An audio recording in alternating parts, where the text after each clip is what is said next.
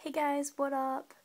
This is Emily, and my plan for this video is to read the first chapter of The Great Gatsby. So hopefully I can do this in under like 15 minutes. I think that's what I have. And I normally wouldn't be showing my face, but I wanted to show you guys my tan. I got a spray tan. Here, I'll show you my legs. So I don't know if you can even see it, darn it, but I got tan, much tanner than I was before. I'm like a pale ghost, so I just wanted to show that off. I feel really special now. I don't know, I'm sorry. I hope that you guys don't take that the wrong way either. This video might get flagged for that actually, so hopefully it doesn't. Okay, and I'm going to be reading this Great Gatsby. I actually really like this book. I had to read it last year for my English class, so hopefully it all goes well. I liked it when I read it. I'm going to switch the camera. I'm going to come closer to this, and I'm going to whisper as I read. I'm going to whisper. Chapter 1.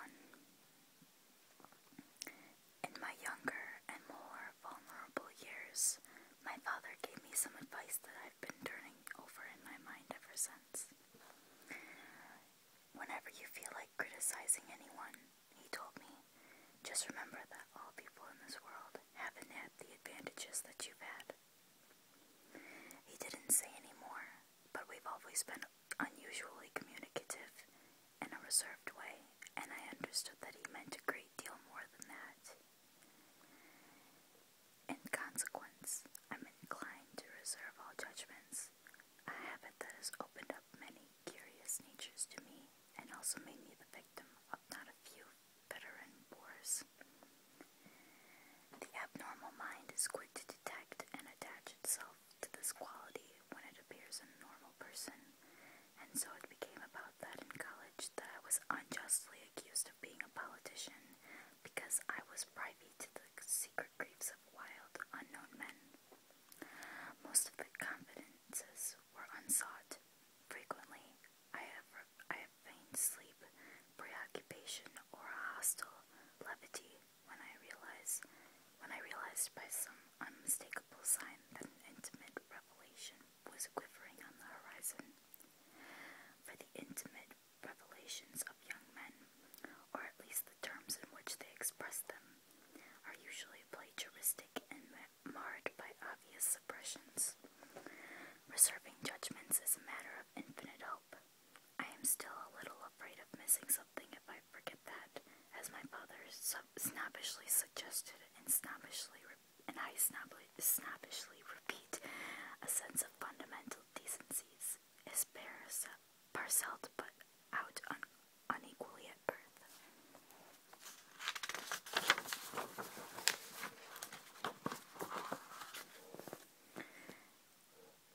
And after boasting this way of my tolerance, I come to the admission that it has a limit. Conduct may be founded on the hard rock or the wet marshes, but after a certain point I don't care what it's founded on.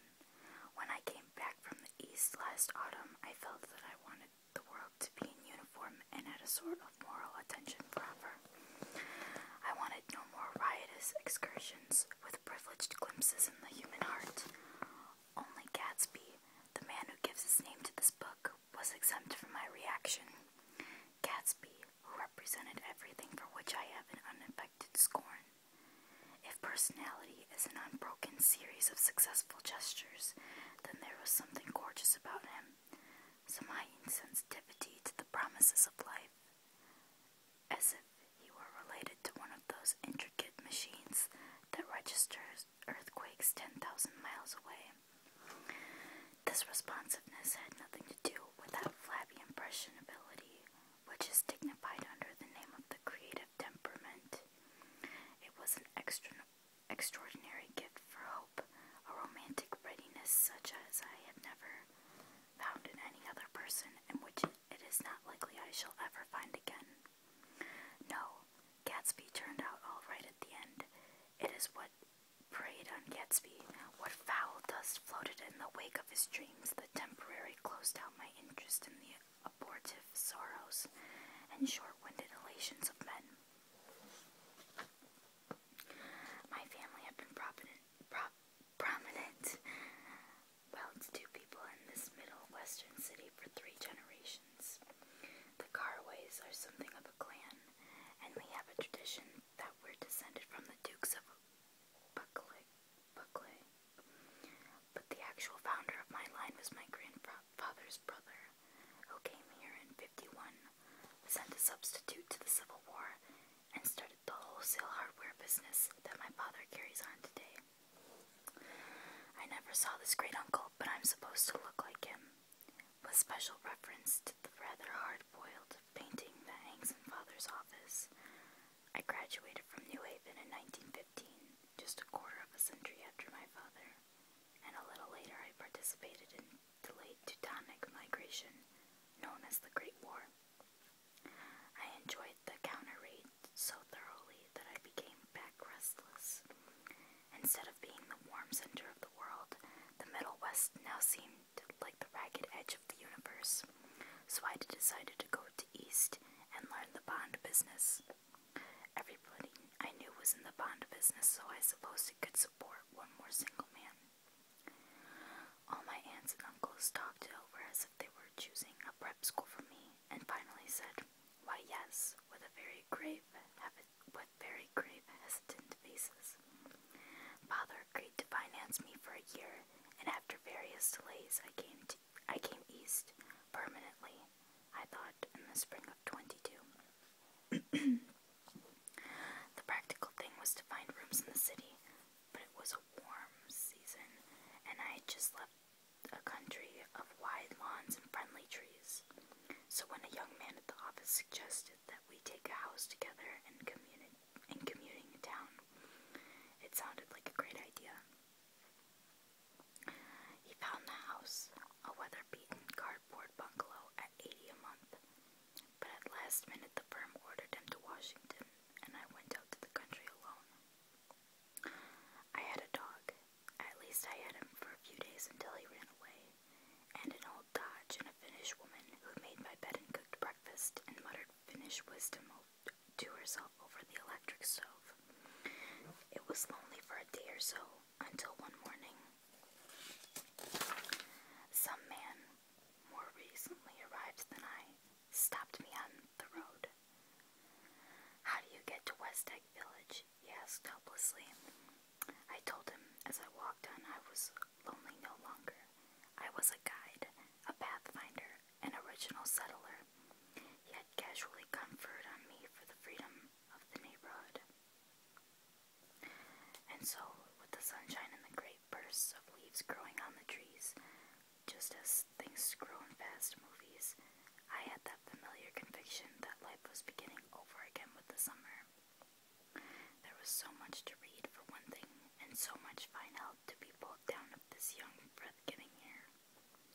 I bought a dozen volumes on banking and credit and investment securities, and they stood on my shelf in red and gold like new money from the mint, promising to unfold the shining secrets that only Midas and Morgan and Maecenas knew. And I had the high intention of reading many other books besides. I was rather literary in college. One year I wrote a series of very solemn and obvious editorials for the Yale News, and now I was going to bring back all such things into my life and become again that most unlimited of all specialists, the well-rounded man. This isn't just an epigram. Life is much more successfully looked at from a single window after all. It was a matter of chance that I should have rented a house in one of the strangest communities in North America, and it was on that slender brightest island in which extends itself into east of New York, and where there are, among other natural curiosities, 2 unusual formations of land, 20 miles from the east a pair of enormous eggs, identical in contour, and separated only by a courtesy bay, jut out into the most domesticated body of salt water in the Western Hemisphere, the great wet barnyard of Long Island South. They are not perfect ovals,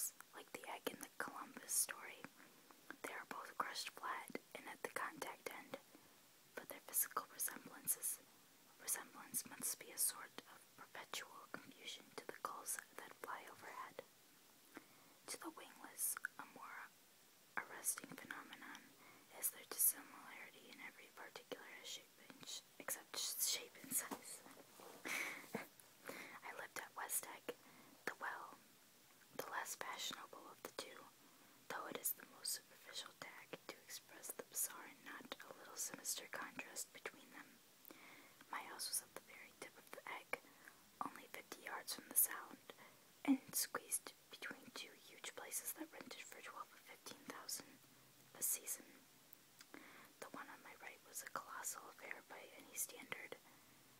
It was factual imitation of some Hotel de Ville in Normandy, with a tower on one side spanking new under a thin beard of raw ivy, and a marble swimming pool, and more than 40 acres of lawn and garden.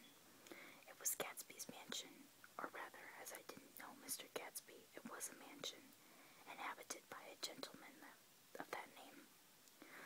My own house was an eyesore, but it was a small eyesore, and it had been overlooked, so I had a view of the water, a partial view of my neighbor's lawn, and a constant proximity of millionaires, all for $80 a month.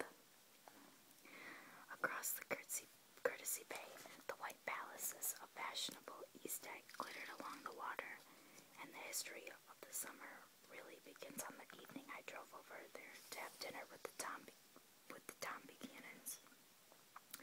Daisy was my second cousin once removed, and I'd known Tom in college, and just after the war I spent two days with them in Chicago.